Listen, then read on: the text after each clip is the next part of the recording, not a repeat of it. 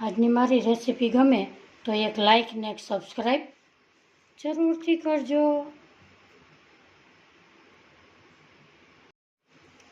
હાલો, જય શ્રી કૃષ્ણ. મારા કિચનમાં આપણું હાર્દિક સ્વાગત છે.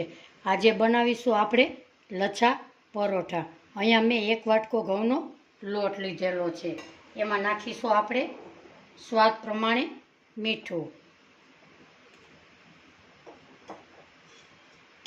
1 પાવડું તેલ ઉમેરીશું, અંદાજે 2 ચમચી જેટલું.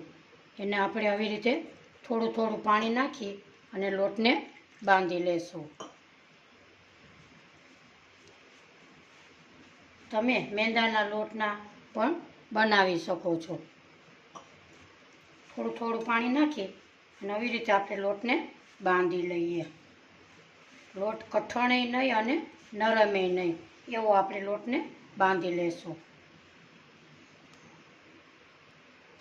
આપણો લોટ આવો આપણે બાંધેલો છે. એમાં નાખીશું આપણે માથે થોડું તેલ.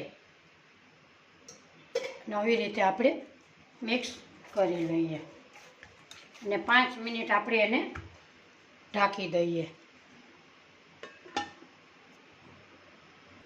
આપણે અહીંયા 5 મિનિટ થઈ ગઈ છે. હવે આપણે એક આવી રીતે ગોળનું લઈ અને લચ્છા પરાઠા વણીશું.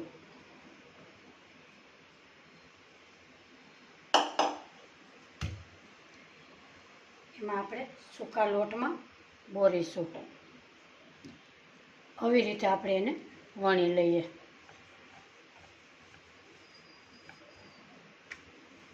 થોડું ગોળનું જાડું લેવાનું, આવી રીતે. હવે એની માથે આપણે તેલ અથવા ઘી લગાડીએ.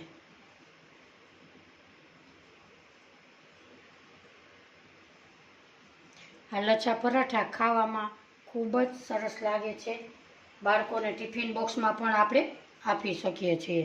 કસૂરી મેથી નાખીશું,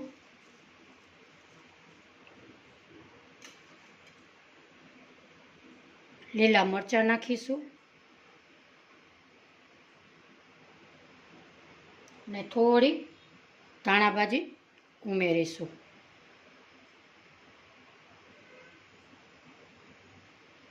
હવે એને આપણે સૌપ્રથમ આપણી બાજુ આપણે એને ખેંચી લઈએ.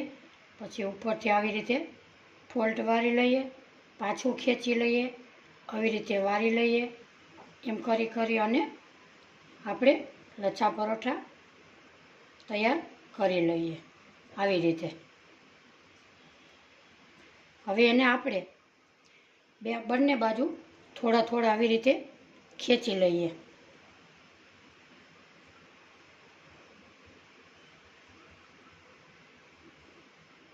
હવે એને આપણે આવી રીતે રાઉન્ડ ગોળ બનાવી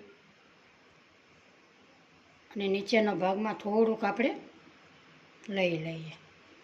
એને આપણે સૂકા લોટમાં ઉમેરી લઈએ, આવી રીતે.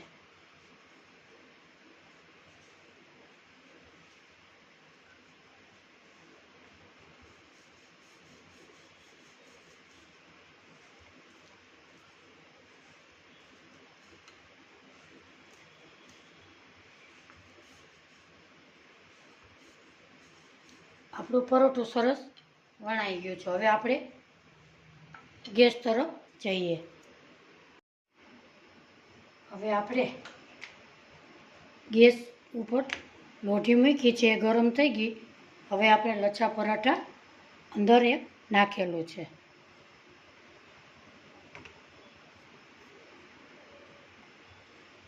એને આપણે એક બાજુ પલટાવી લઈએ.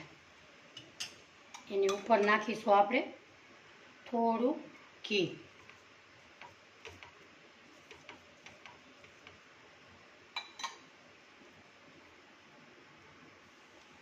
એને આપણે બીજી બાજુ પણ પલટાવી લઈએ. એની ઉપર પણ આપણે થોડું ઘી નાખીશું.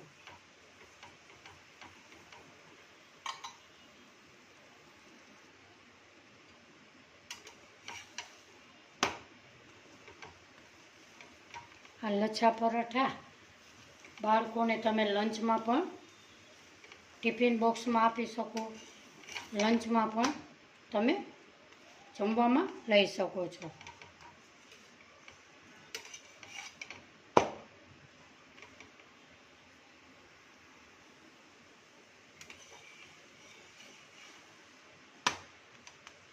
આપણા લચ્છા પરોઠા તૈયાર છે.